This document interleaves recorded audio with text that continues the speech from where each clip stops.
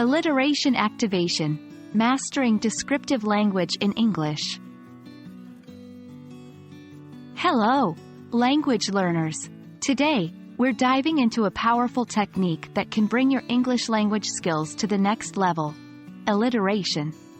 This technique is not just for poets and storytellers. It's also incredibly useful for everyday conversations and descriptions. Let's explore how you can use alliteration to make your language more vibrant and engaging. What exactly is alliteration? Alliteration is a literary technique where the same consonant sounds are repeated at the beginnings of words that are close to each other. It's like a little music made with words. For instance, consider the sentence, Bob bakes blueberry bread. The repetition of the B sound is alliteration. It creates a rhythm, making the sentence catchy and memorable.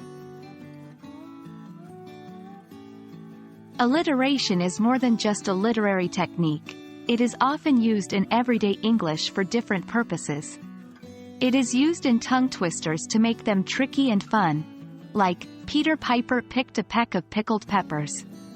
It's used in branding to make company names and products stick in your mind, like, Coca-Cola, or, Best Buy. Using alliteration can make your descriptions more engaging and interesting. Using alliteration in descriptive language can add a layer of depth to your sentences and make them more interesting. Let's look at a couple of examples. Without alliteration, the wind was strong and cold. With alliteration, the wild wind was whisking wickedly.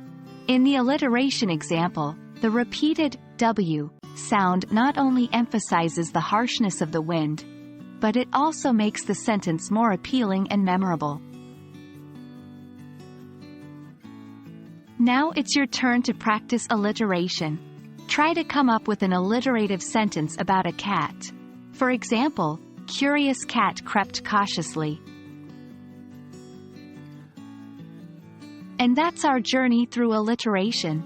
Isn't it fascinating how such a simple technique can have such a profound impact on the way we communicate? Keep practicing alliteration in your descriptions, and you'll soon notice how it enhances your English language skills. Remember, learning English is not just about grammar and vocabulary. It's also about how you can use language to make your conversations interesting and memorable.